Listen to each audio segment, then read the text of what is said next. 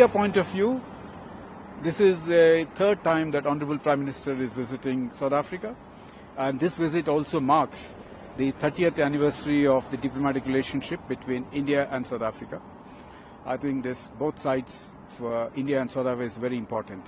Now, as far as the BRICS agenda is concerned, there are many issues that are being discussed, and mostly you have the BRICS expansion item on the agenda, and second is the use of national currency for trading and economic activity amongst the BRICS countries. So that are the two.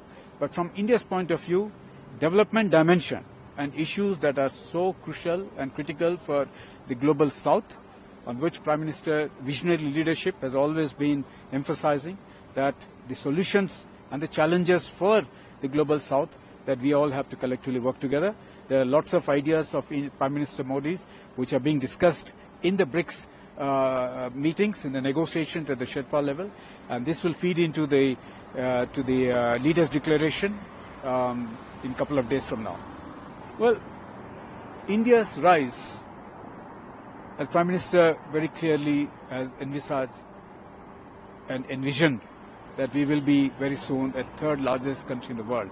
But you also need many partners to ensure that rise is smooth and that rise is sustainable. And Africa becomes an important partner in that rise of India.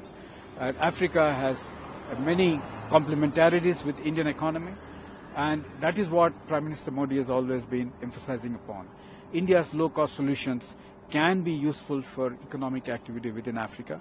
And Prime Minister has also taken the Global South agenda much further.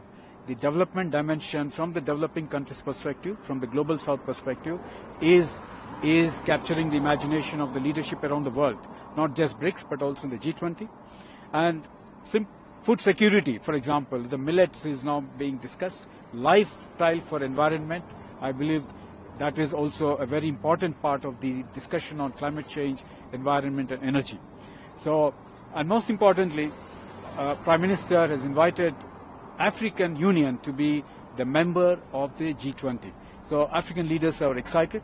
There will be more than 50 African leaders who will be here for the summit, and that will be a great opportunity for leaders of both Africa and Prime Minister Modi to again exchange views on this important trust that Prime Minister has made in taking Africa Union into the G20 process.